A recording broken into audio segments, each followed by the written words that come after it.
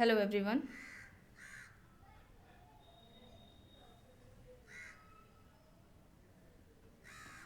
Hello everyone.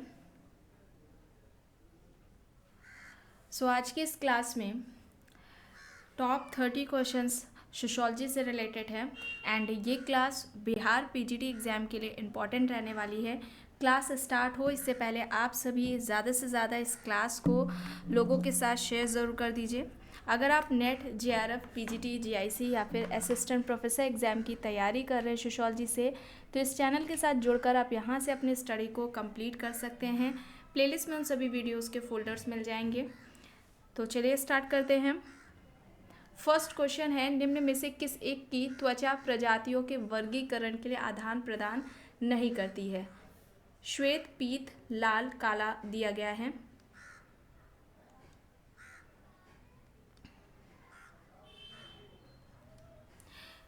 इनमें से कौन सा त्वचा का रंग है जो कि प्रजातियों के वर्गीकरण की बात नहीं करता है? श्वेत, पीत, लाल, काला। तो यहाँ पर क्या होगा? लाल होगा। ऑप्शन सी यहाँ पर राइट आंसर हो जाएगा। नेक्स्ट है, किसने अपराधी व्यवहार की व्याख्या के लिए भूमिका सिद्धांत तथा स्व का सिद्धांत का प्रयोग किया है? ध्यान दीजिएगा, अपराधी व्यवहार की व्याख्या के लिए पूछा जा रहा है। अपराधी व्यवहार की व्याख्या के लिए इनमें से किसने भूमिका सिद्धांत तथा स्व का सिद्धांत का प्रयोग किया है? मर्टन, सदरलैंड, शॉ एंड मैके, जीएच मीड ऑप्शंस में है। मर्टन, सदरलैंड, शॉ एंड मैके, जीएच मीड ऑप्शंस में है। बताइए सेकंड का यहाँ पर क्या होगा? क्राइम, अपराध। इस टॉपिक को कंप्लीट कराया जा चुका है। प्लेलिस्ट में इसका फोल्डर आपको मिल जाएगा। वहाँ उस फोल्डर को जब आप ओपन करेंगे तो इस टॉपिक से रिलेटेड यानी क्राइम से रिलेटेड जितनी भी क्लासेस हुई हैं आपको उस फोल्डर के अंदर मिल जाएंगी, सारी एक जगह। तो यहाँ पर क्या हो जाएगा? GH Mead. जीएच मीड का पूरा नाम क्या है? George Herbert Mead. George Herbert Mead, इनकी एक इम्पॉर्टेंट बुक है mind, self and society. Mind, self and society और आई एंड मी का जो कॉन्सेप्ट है वो भी मीड ने ही दिया हुआ है। चलिए आगे देख लेते हैं। धर्म की उत्पत्ति सिद्धांत में किसने शरीर, आत्मा और स्वतंत्र आत्मा की बात का प्रयोग किया है? धर्म की उत्पत्ति सिद्धांत में इनमें से किसने शरीर, आत्मा और स्वतंत्र आत्मा इस शब्द का प्रयोग किया है? Tylor, Malinowski, Max Muller, Max Weber. चलिए बताइए क्या होगा यहाँ पर सही?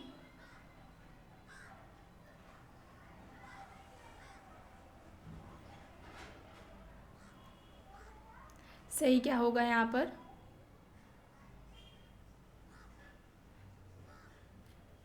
धर्म की उत्पत्ति का मैक्स मूलर ने कौन सा सिद्धांत दिया था? प्रकृतिवाद का सिद्धांत दिया था। और टाइलर ने धर्म की उत्पत्ति का आत्मावाद का सिद्धांत दे रखा है। तो यहाँ पर क्या हो जाएगा? टाइलर हो जाएगा। ऑप्शन ए यहाँ पर राइट होगा। नेक्स्ट है, परिवार के प्रकार दिए गए हैं और यहाँ पर बताना है और आप सभी बताइए यहाँ पर कौन सा ऑप्शन सही होगा। एंड फैमिली से रिलेटेड, ठीक है, परिवार इस टॉपिक से रिलेटेड जो क्वेश्चंस थे उनको पहले कराया जा चुका है। प्लेलिस्ट में आपको फोल्डर मिल जाएगा। सारे टाइप्स बताए जा चुके हैं। परिवार का ये प्रकार जो भी दिया गया है, इसके अलावा और भी हैं किन समाजशास्त्रियों ने कितने प्रकार के परिवार की बात की और जो महत्वपूर्ण तथ्य हैं वे सभी कराए जा चुके हैं। तो जितने भी चैनल से नए लोग जुड़ रहे हैं वे सभी प्लेलिस्ट ज़रूर चेक कर लीजिए। आप किसी भी एग्ज़ाम की तैयारी कर रहे हों, आप अपने सिलेबस के अकॉर्डिंग उन टॉपिक्स को प्लेलिस्ट में देख करके कंप्लीट कर सकते हैं। ज़्यादातर टॉपिक्स कंप्लीट कराए जा चुके हैं। देखिए यहाँ पर सहचर परिवार की बात की जाए तो ये परिवार की बात किसने की है? बर्गस एंड लॉक ने की है। ठीक है, फिर आता है अपूर्ण परिवार। अपूर्ण परिवार की बात एएम शाह ने की है। पितृसत्तात्मक विस्तृत परिवार की बात टीएन मदान ने की है और स्वावलंबी एकल परिवार की बात जीपी मर्डॉक ने की है। ठीक है, तो यहाँ पर क्या हो जाएगा? ऑप्शन डी यहाँ पर राइट आंसर हो जाएगा। सहचर परिवार की बात बर्गस एंड लॉक ने अपूर्ण परिवार की बात, A.M. शाह ने पित्त सत्तात्मक विस्तृत परिवार की बात, T.N. मदान ने, और स्वावलंबी एकल परिवार की बात मर्डॉक ने की है। तो ऑप्शन डी यहाँ पर राइट होगा। और देखिए रिवीजन बहुत ही ज़रूरी है, ठीक है। जितने भी आप लोग बोल रहे हैं ना कॉन्सेप्ट याद करते हैं भूल जाते हैं या बुक्स याद नहीं होती हैं, तो उसको क्या करिए, डेली कुछ समय डिवाइड कर लीजिए, टाइम टेबल बना लीजिए, और रिवीजन ज़रूरी है, ठीक है। रिवीजन नहीं करेंगे तो आप भूल जाएंगे, कन्फ्यूज़न आपके सामने रहेगी जब आप प्रश्नों को देखेंगे, सॉल्व करेंगे। तो यहाँ पर डी राइट होगा। चलिए अब यहाँ पर देख लेते हैं, किसके मतानुसार सत्ता का असमान वितरण ही संघर्ष का मौलिक स्रोत है। सत्ता का असमान वितरण ही संघर्ष का मौलिक स्रोत है, ये किसके अनुसार है? इनमें से ऑप्शंस में है Karl Marx, L.A. Coser, T.N. Carver, Ralf Dahrendorf. बताइए सही क्या होगा यहाँ पर? सत्ता का असमान वितरण ही संघर्ष का कारण होता है, ये किसका कहना है? वर्ग संघर्ष का सिद्धांत किसका है? कार्ल मार्क्स का है। यहाँ पर सत्ता का समान वितरण ही संघर्ष का मौलिक कारण है, डेहरनड्रॉफ का कहना है। और डेहरनड्रॉफ ने जो संघर्ष का सिद्धांत दिया था उसे टर्नर ने क्या कहा था? टर्नर ने द्वंद्वात्मक संघर्ष का सिद्धांत कहा था, ठीक है। रॉल्फ टर्नर ने डेहरनड्रॉफ के संघर्ष सिद्धांत को द्वंद्वात्मक संघर्ष सिद्धांत का नाम दिया था। और कोजर ने जो संघर्ष का प्रकार्यात्मक सिद्धांत दिया था, तो टर्नर ने ही कहा था उनका जो संघर्ष का सिद्धांत है, ठीक है, वर्ग संघर्ष का जो सिद्धांत है कोजर का, वो क्या है? प्रकार्यात्मक सिद्धांत है। तो इसे भी याद रखिएगा, डी यहाँ पर राइट है। नेक्स्ट है मॉडर्नाइजेशन ऑफ इंडियन ट्रेडिशन। अब ये बुक किसकी हो जाएगी? Modernisation of Indian tradition, M.N. Srinivas, M.S. Gore, Yogendra Singh, M.S.A. Rao. बताइए modernisation of Indian tradition, important book है मॉडर्नाइजेशन ऑफ इंडियन ट्रेडिशन। क्या होगा यहाँ पर सही? देखिए बुक्स एंड ऑथर से रिलेटेड, चूँकि अभी समय कम है, ठीक है, जितने भी चैनल से नए लोग जुड़ रहे हैं जिन्होंने क्लासेस नहीं की हैं, तो बुक्स एंड ऑथर से रिलेटेड सोशियोलॉजी एग्जाम्स के लिए जो इंपॉर्टेंट बुक्स हैं उनको पहले ही कंप्लीट कराया जा चुका है। प्लेलिस्ट में आप जब चेक करेंगे तो आपको फोल्डर मिल जाएगा, वहाँ पर सारी जो बुक्स हैं सोशियोलॉजी की इंपॉर्टेंट्स वो कराई गई हैं, ठीक है। तो यहाँ पर modernisation of Indian tradition Yogendra Singh का हो जाएगा, ऑप्शन सी यहाँ पर राइट होगा। नेक्स्ट है विचारकों का कौन सा समूह सामाजिक परिवर्तन के चक्रीय सिद्धांत का समर्थन करता है। अब यहाँ पर देखिए ध्यान दीजिएगा, सामाजिक परिवर्तन का चक्रीय सिद्धांत की बात इनमें से किसने की है? सोशल चेंज, इससे रिलेटेड 2 बार क्लासेस ली जा चुकी हैं। 2 बार मतलब एक जो क्लास है, एक क्लास का जो फोल्डर बनाया गया है प्लेलिस्ट में, उसमें थियरीज से संबंधित है ना, जो सिद्धांत है परिवर्तन के उनकी बात की गई है। और एक फोल्डर है जिसमें केवल MCQs कराए गए हैं। तो आपको क्या करना है? पहले कॉन्सेप्ट को क्लियर करना है, थियरीज को क्लियर करना है, किसने कौन सी थियरीज दी है। अब उस फोल्डर में थियरीज वाले में सोशल चेंज की जो थियरीज है, जैसे कि सोरोकिन का जो सामाजिक परिवर्तन का गतिशीलता का सिद्धांत, सांस्कृतिक गतिशीलता का सिद्धांत है वो, पेरेटो का अभिजात वर्ग का परिभ्रमण का सिद्धांत, टॉयनबी और स्पैंगलर की जो थियरीज है सामाजिक परिवर्तन के, पर इन सभी की अलग अलग क्लासेस ली गई थी। तो ये सारी क्लासेस आपको थियरीज वाली सोशल चेंज की जो थियरीज वाला फोल्डर है उसमें मिल जाएगा। और फिर उसके बाद MCQs को सॉल्व करना है। तो जब आपका थियरीज कंप्लीट होगा, थियरी को आप समझ लेंगे, तो MCQs में मेरे से आंसर बताने से पहले आप आंसर दे लेंगे, आपको पता होगा, ठीक है। तो वहाँ पर ज़रूर थियरीज और MCQs वाले जो क्वेश्चंस हैं उनको सॉल्व कर लीजिएगा, क्योंकि ये टॉपिक इंपॉर्टेंट है। यहाँ पर चक्रीय सिद्धांत की बात की गई है। बताइए यहाँ पर क्या होगा? देखिए सोरोकिन, पेरेटो और टॉयनबी, यहाँ पर ऑप्शन सी राइट आंसर हो जाएगा। नेक्स्ट है कृषक समाज की जो प्रमुख विशेषता है वो पूछी जा रही है, क्या है? ध्यान दीजिएगा, प्रमुख विशेषता पूछी गई है। शिकार करना एवं भोजन एकत्र करना, स्थायी कृषि, कृषि एक जीवन पद्धति, या फिर उपरोक्त में से कोई नहीं। सही क्या होगा? कृषक समाज की एक प्रमुख विशेषता क्या है? अब देखिए कृषक समाज की जो अवधारणा है वो किसने दी है? कृषक समाज। इस टॉपिक को भी पूरा कंप्लीट कराया गया है, प्लेलिस्ट में भी इसका फोल्डर मिल जाएगा। आई थिंक इस टॉपिक से रिलेटेड 2-3 क्लासेस हुई हैं, ठीक है, 2-3 क्लासेस हुई हैं, आई थिंक 3 हुई है कृषक समाज से रिलेटेड, प्लेलिस्ट में फोल्डर मिल जाएगा। कृषक समाज की अवधारणा किसने दी है? रॉबर्ट रेडफील्ड ने दी है। और रॉबर्ट रेडफील्ड ने क्या कहा था कि जो कृषक समाज है उसको अवशिष्ट समाज बताया था। अवशिष्ट समाज क्यों कहते हैं ये रॉबर्ट रेडफील्ड का कहना था कि जब हम रूरल सोसाइटी से, ग्रामीण समाज से, जब हम जनजातीय समाज को अलग कर देते हैं तो जो शेष भाग बचा होता है उसको क्या कहते हैं? हम कृषक समाज कहते हैं। जो अवशिष्ट भाग बचा होता है, ठीक है, उसको ही इन्होंने कृषक समाज कहा है। पीजन सोसाइटी एंड कल्चर, इस बुक में उन्होंने भी बात की हुई थी। अब यहाँ पर जो एक प्रमुख विशेषताएं है वो क्या है, कृषक समाज की जो कृषि होती है वो उनके लिए एक जीवन पद्धति है। ठीक है, कृषि उनके लिए क्या है, जीवन पद्धति है। ऑप्शन सी यहाँ पर राइट होगा। नेक्स्ट है सीमांत मानव। अब यहाँ पर ध्यान दीजिएगा, सीमांत मानव की अवधारणा पूछी जा रही है, किसकी है। Robert King Merton, MacIver, Robert Park, Stonequist options में है। Robert King Merton, MacIver, Robert Park, Stonequist options में है सीमांत मानव। सीमांत मानव की अवधारणा किसकी है, बताइए सही क्या होगा यहाँ पर, सीमांत मानव। सीमांत मानव की अवधारणा किसकी है।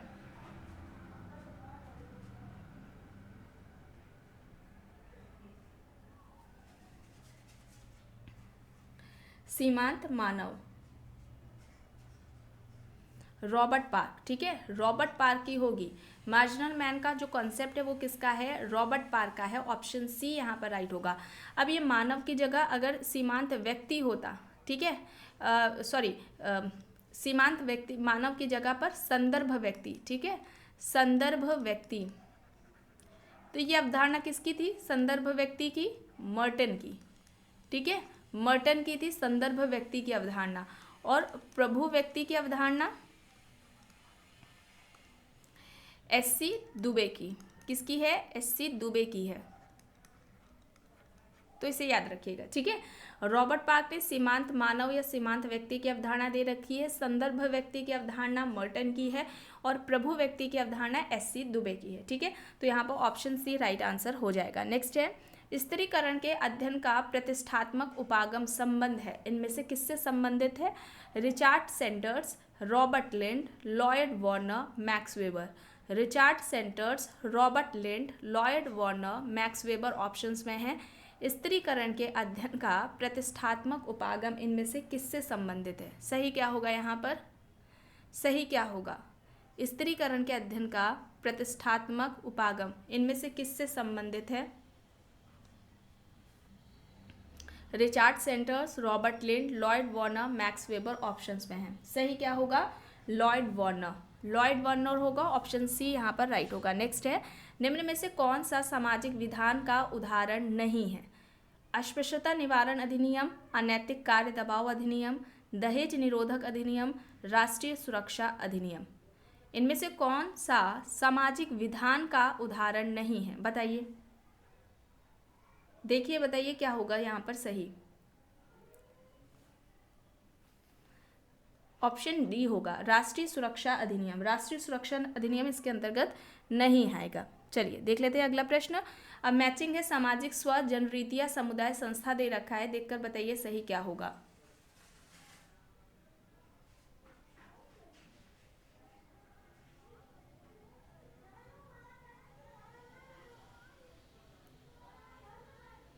बताइए 12th का यहाँ पर सही क्या होगा।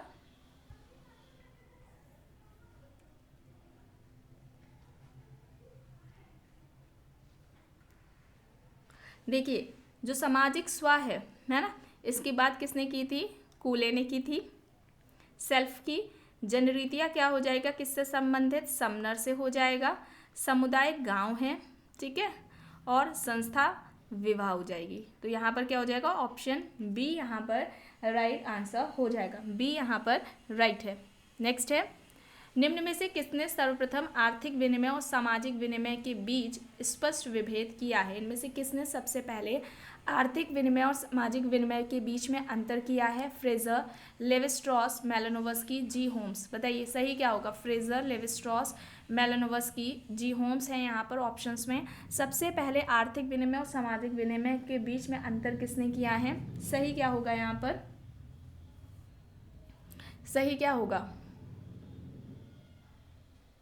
सही यहाँ पर क्या होगा,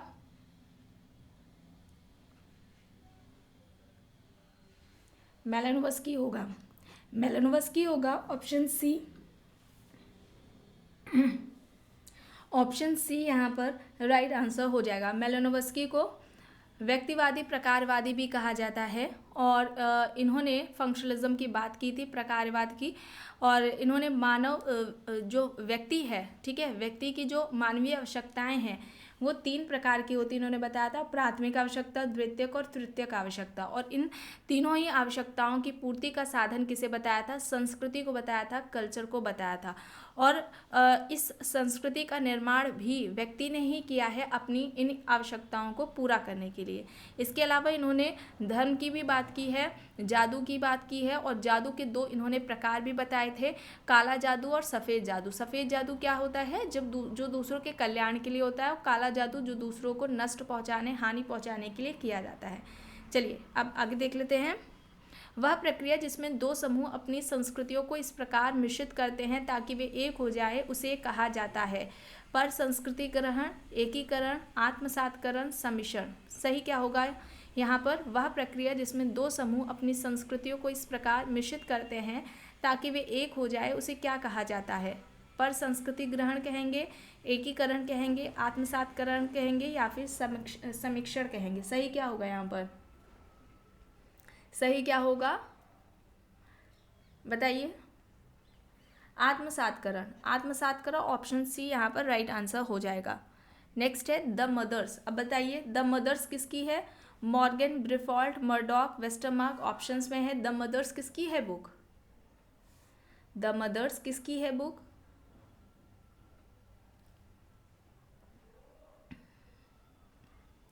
द मदर्स किसकी है? ब्रिफॉल्ट की है। बी यहाँ पर राइट आंसर होगा। नेक्स्ट क्वेश्चन है पति पत्नी एवं डॉक्टर मरीज जैसी परिस्थितियों को कहा जाता है। चलिए आप लोग देखकर बताइए। एंड जितने भी चैनल से नए लोग जुड़ रहे हैं वे सभी प्लेलिस्ट जरूर चेक कर लीजिएगा। वहाँ पर स्टेटस एंड रोल इस टॉपिक को कंप्लीट कराया जा चुका है। अभी जल्दी एक क्लास ली थी और 2-3 साल पहले इस पर भी क्लास हो चुकी है। एंड दोनों ही फोल्डर मिल जाएंगे आपको। दोनों ही फोल्डर की जो वीडियोस है, क्लासेस है, आपको देखनी है क्योंकि वो इम्पॉर्टेंट है। एंड कुछ टॉपिक्स ऐसे होते हैं जो कि हर एग्जाम्स में आपको देखने को मिलते हैं, उसमें से स्टेटस एंड रोल भी है एक टॉपिक। ठीक है, तो ये सभी जो ऑप्शंस में परिस्थितियाँ आप देख रहे हैं, विपरीत परिस्थितियाँ, परिस्थितिपुंज, युग्मीय परिस्थितियाँ, ठीक है, इसके अलावा बहुल परिस्थितियाँ, परिस्थिति सकुल क्या होता है, और भी जो परिस्थिति से संबंधित अवधारणाएँ हैं, अवधारणाएँ हैं किसकी, क्या अवधारणाएँ हैं, ठीक है, और इसके अलावा रोल यानी भूमिका से संबंधित जो भी अवधारणाएं हैं उन सभी को कंप्लीट कराया जा चुका है। आपको प्लेलिस्ट में फोल्डर मिल जाएगा, वहाँ से कॉन्सेप्ट आपको क्लियर कर सकते हैं, आप समझ सकते हैं। एमसीक्यूज़ हैं, ठीक है, एमसीक्यूज़ क्लास में कराए गए, लेकिन एमसीक्यूज़ को कराते हुए ही वो जो कॉन्सेप्ट है उसको आप लोगों को बता दिया गया है। तो एमसीक्यूज़ कराते कराते आपका कॉन्सेप्ट वहाँ पर क्लियर कराया गया है ताकि आपका समय ना बर्बाद हो, ज़्यादा समय ना लगे। ठीक है, तो यहाँ पर देखिए जो पति पत्नी और जो डॉक्टर मरीज जैसी जो परिस्थितियाँ होती हैं उनको क्या कहा जाता है? युग्मीय परिस्थिति कहा जाता है। ठीक है, ये युग में होती हैं, युग्मीय परिस्थिति से कहा जाएगा। दुकानदार, ग्राहक, ये सभी इसके अंतर्गत परिस्थितियाँ आएंगे। ऑप्शन डी यहाँ पर राइट आंसर हो जाएगा। ठीक है, और परिस्थिति भूमिका की अगर बात की जाए तो सबसे पहले व्यवस्थित तरीके से परिस्थिति भूमिका की बात रॉल्फ लिंटन ने की थी अपने book the study of man में। द स्टडी ऑफ मैन में रॉल्फ लिंटन ने सबसे पहले इसकी बात की हुई थी। चलिए आगे देख लेते हैं। एस सी दुबे ने किस पुस्तक में भारतीय ग्रामीण संरचना की व्याख्या दी है? अब देखिए प्रश्न यहाँ पर अच्छा है, किस पुस्तक में, इस तरीके से पूछा जाता है और आप लोगों को समय समय पर बताया भी जाता रहा है कि किसी बुक्स में, देखिए सारी बुक्स इंपॉर्टेंट्स नहीं होती हैं, सभी बुक्स को ज़रूरी नहीं है याद करना, ऐसे तो बहुत ज़्यादा हो जाएंगे और कोई भी याद नहीं कर पाएगा। कितनी याद करेंगे आप लोग? बुक्स वही इंपॉर्टेंट होती हैं जिसमें कि कॉन्सेप्ट दिया गया है ना, कॉन्सेप्ट दिया गया है, वही बुक्स इंपॉर्टेंट होती हैं। अब जैसे कि यहाँ पर पूछा जा रहा है एस सी दुबे ने किस पुस्तक में भारतीय ग्रामीण संरचना की व्याख्या दी, इस तरीके से आप लोगों को बताया जाता रहा है। ठीक है, religion the कुक्स of south India करके जो बुक है एम.एन. श्रीनिवास की, जिसमें संस्कृतिकरण की उन्होंने बात की थी, समय समय पर आप लोगों को बताया जाता रहा है कि इस बुक में ये कॉन्सेप्ट दिया है इसने, है ना। तो यहाँ पर एस सी दुबे ने इनमें से किस पुस्तक में भारतीय ग्रामीण संरचना की बात की है? सही क्या होगा यहाँ पर? Indian village, remembered village, rural India, Indian village at the crossroads options में है। Indian village, remembered village, rural India, Indian village at the crossroads options में है। सही क्या होगा यहाँ पर? सही यहाँ पर इंडियन विलेज होगा, इंडियन विलेज होगा, ऑप्शन ए यहाँ पर राइट आंसर होगा। नेक्स्ट है, यह किसने कहा है कि समुदाय वह सबसे छोटा क्षेत्रीय समूह है जो अपने में सामाजिक जीवन के सभी पक्षों को सम्मिलित करता है? Green, Kingsley Davis, MacIver and Page, Gillin and Gillin options में है। Green, Kingsley Davis, MacIver and Page, Gillin and Gillin options में है। इनमें से किसने कहा है कि समुदाय वह सबसे छोटा क्षेत्रीय समूह है जो अपने में सामाजिक जीवन के सभी पक्षों को सम्मिलित करता है? सही क्या होगा यहाँ पर?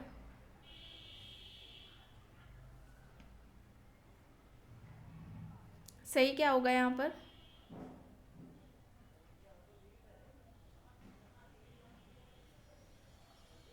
किंग्सले डेविस होगा। किंग्सले डेविस होगा, ऑप्शन बी यहाँ पर राइट होगा। किंग्सले डेविस ने अपने सभी अध्ययनों में फंक्शनल अप्रोच, प्रकार्यात्मक परिप्रेक्ष्य का प्रयोग किया था अपने सभी अध्ययनों में। चलिए आगे देख लेते हैं। अस्पृश्यता निरोधक अधिनियम, अस्पृश्यता निरोधक अधिनियम कब पास हुआ था? 1950, 1955, 1956 या फिर 1958? सही क्या होगा? अस्पृश्यता निरोधक अधिनियम। सही क्या होगा यहाँ पर? अस्पृश्यता निरोधक अधिनियम कब पारित हुआ था? 1955 में। बी यहाँ पर राइट आंसर हो जाएगा। नेक्स्ट है, निम्न में से किस वर्ष घरेलू हिंसा अधिनियम पारित हुआ था? घरेलू हिंसा अधिनियम पारित पूछा जा रहा है, कब हुआ? 1998, 2001, 2004 या फिर 2005? बताइए। 1998, 2001, 2004 या फिर 2005? घरेलू हिंसा अधिनियम, ये नेट के एग्जाम में काफ़ी बार पूछा जा चुका है, तो 2005 में ये पारित हुआ था। डी यहाँ पर राइट होगा। नेक्स्ट है, किसने कहा है कि परिवार धीरे धीरे समाप्ति की ओर जा रहा है? पाकर, एडरसन, गुडे, फॉल्सम, रॉबर्ट बीयरस्टेट ऑप्शंस में परिवार धीरे धीरे समाप्ति की ओर जा रहा है, ये किसका तर्क है, किसका कहना है? सही क्या होगा यहाँ पर? फैमिली वाला जब टॉपिक कंप्लीट कराया गया था तो ये सभी बताए गए थे वहाँ पर फैक्ट्स। बताइए, परिवार धीरे धीरे समाप्ति की ओर जा रहा है, किसका कहना है? गुडे का कहना है। बी यहाँ पर राइट होगा। नेक्स्ट है, निम्न में से किसने भूमिका शब्द का प्रयोग अपनी परिभाषा में विशेष परिस्थिति से संबंधित सांस्कृतिक प्रतिमान की समग्रता के लिए किया? रॉल्फ लिंटन, बोटोमोर, फ्रेजर, टॉनीस ऑप्शंस में है। भूमिका शब्द का प्रयोग अपनी परिभाषा में विशेष परिस्थिति से संबंधित सांस्कृतिक प्रतिमान की समग्रता के लिए इनमें से किसने किया है? सही क्या होगा यहाँ पर?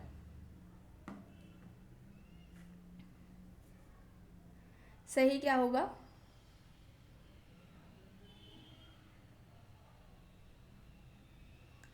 Rolf Linton. लिंटन होगा, ए यहाँ पर राइट होगा। नेक्स्ट है, एक निश्चित सामाजिक आवश्यकताओं की पूर्ति हेतु निर्मित भूमिकाओं एवं परिस्थितियों के एक पुंज के रूप में संस्था को किसने परिभाषित किया है? निश्चित सामाजिक आवश्यकताओं की पूर्ति हेतु निर्मित भूमिकाओं और परिस्थितियों के पुंज के रूप में संस्था की बात इनमें से किसने की है? संस्था को किसने परिभाषित किया है? विकल्प दिए गए हैं मैकेवर, डेविस, समनर, एजे फ्रैंक। मैकेवर, डेविस, समनर, एजे फ्रैंक ऑप्शंस में है। सही क्या होगा यहाँ पर?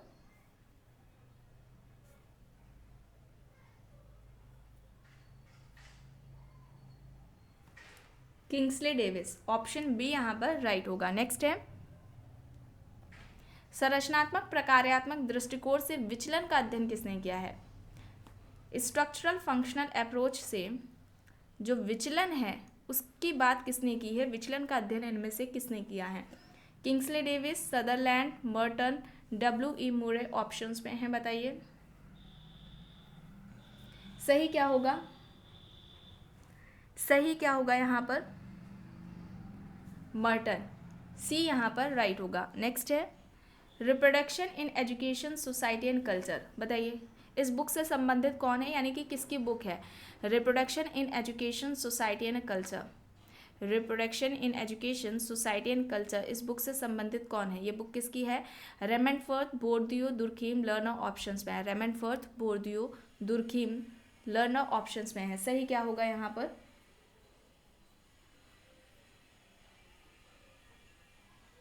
सही हो जाएगा बोर्दियो। बोर्दियो की है ये, बी यहाँ पर राइट होगा। नेक्स्ट है, निम्न में से कौन सा युग्म सही नहीं है? प्रकट अप्रकट प्रकार वेबर, विभेदक सहचर कोहेन, अनुकूलतम सिद्धांत कैनन, जनसंख्या वृद्धि माल्थस। बताइए चलिए।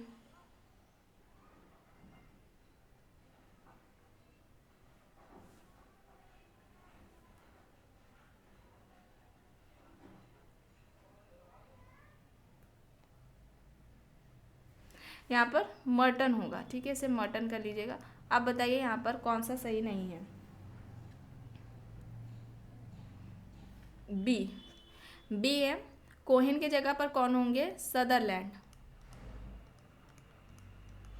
सदरलैंड का है विभेदक साचर का सिद्धांत, तो बी यहाँ पर राइट आंसर हो जाएगा। नेक्स्ट है, अब मैचिंग करने वाला है, सांस्कृतिक वर्ग की बात किसने की, भौतिक संस्कृति, आदर्श भूमिका, योग्य तंत्र या योग्यता तंत्र की अवधारणा, बताइए किसकी है।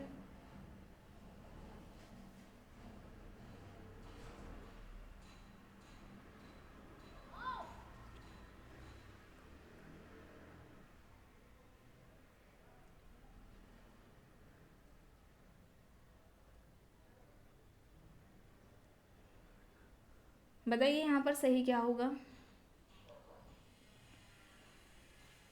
देखिए सांस्कृतिक वर्ग की अवधारणा किसकी है, लेपियर की है।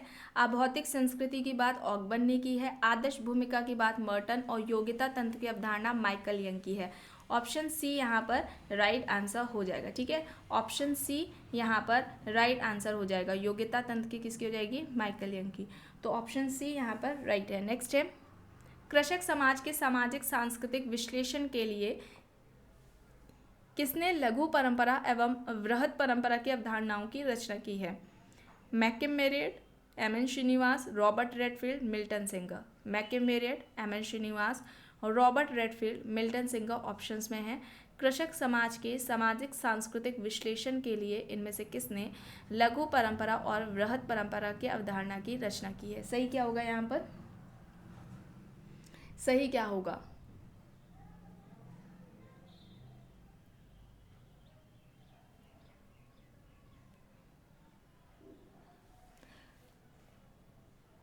रॉबर्ट रेडफील्ड, लघु समुदाय और वृहद परंपरा, little tradition and a great tradition का जो कॉन्सेप्ट है वो किसका है, रॉबर्ट रेडफील्ड का है। और इसके अलावा लघु जो परंपरा और वृहद परंपरा है या दीर्घ परंपरा है, इन अवधारणाओं के अलावा रॉबर्ट रेडफील्ड की कौन कौन सी है, कृषक समाज की अवधारणा एक हो जाएगी। ठीक है, कृषक समाज की अवधारणा, फिर इसके अलावा लघु समुदाय।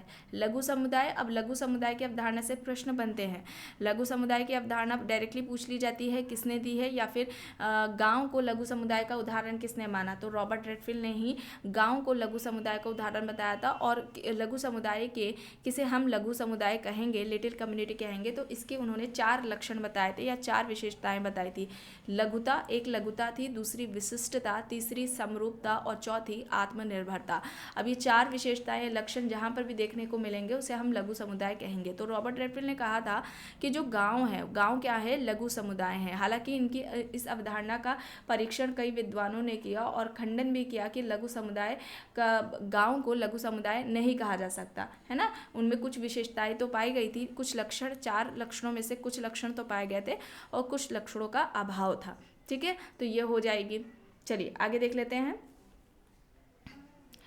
व्यक्ति एवं समाज के मध्य संबंध के विषय में पेरेटो का दृष्टिकोण आवश्यक रूप से है प्रकारवादी, संरचनावादी, संघर्षात्मक या फिर अंतःक्रियावादी। सही क्या होगा, व्यक्ति एवं समाज के मध्य संबंध के विषय में पेरेटो का दृष्टिकोण आवश्यक रूप से इनमें से क्या रहा है, क्या था, प्रकारवादी था, संघर्षवादी था, संरचनावादी था या फिर संघर्षात्मक था या फिर अंतःक्रियावादी। पेरेटो की बात हो रही है यहाँ पर, क्या होगा यहाँ पर, अंतःक्रियावादी, डी यहाँ पर राइट होगा। एंड लास्ट क्वेश्चन है, निम्न में से कौन सा युग्म सही सुमेलित है। सही पूछा जा रहा है, प्रश्नों को ध्यान से पढ़िएगा, है ना, यहाँ पर अक्सर गलती होती है। युग्म कौन सा सही सुमेलित है पूछा जा रहा है। सांस्कृतिक निर्धारणवादी, लेस्ली वाइट, संस्कृति के प्रकट अप्रकट तत्व क्लूखॉन, सांस्कृतिक क्षेत्र विस्लर, सांस्कृतिक प्रतिमान हॉबेल। बताइए चलिए सही क्या होगा यहाँ पर, सही क्या होगा, सब बताया गया है। यहाँ पर क्या होगा, ऑप्शन सी यहाँ पर राइट आंसर हो जाएगा। सांस्कृतिक प्रतिमान की जगह पर ये हॉबेल का नहीं है। ठीक है, किसका है, रूथ बेनेडिक्ट का है। किसका है, रूथ बेनेडिक्ट का है। सांस्कृतिक प्रतिमान की अवधारणा, पैटर्न ऑफ कल्चर, इस बुक में उन्होंने सांस्कृतिक प्रतिमान की अवधारणा दी थी और तीन जनजातियों का अध्ययन किया था। एक थी जनजाति जूनी, ठीक है, प्यूब्लो जनजाति थी और क्वैक्टुअल जनजाति थी। और इनका ये भी कहना था कि संस्कृति का व्यक्ति पर प्रभाव पड़ता है ना। वंश एक संस्कृति एक व्यक्तित्व की अवधारणा भी इन्होंने ही दी है, रुथ बेंडिक ने। तो यहाँ पर सी राइट आंसर हो जाएगा। तो आज की क्लास में बस इतना ही। आई होप ये आपको पसंद आई होगी। अगर पसंद आई है तो प्लीज़ लाइक करिएगा, कमेंट करके ज़रूर बताइएगा। चैनल पर अगर आप नए हैं तो चैनल को भी ज़रूर सब्सक्राइब कर लीजिएगा एंड इस वीडियो को जितना हो सके ज़्यादा से ज़्यादा लोगों के साथ शेयर भी ज़रूर करिएगा। Thank you.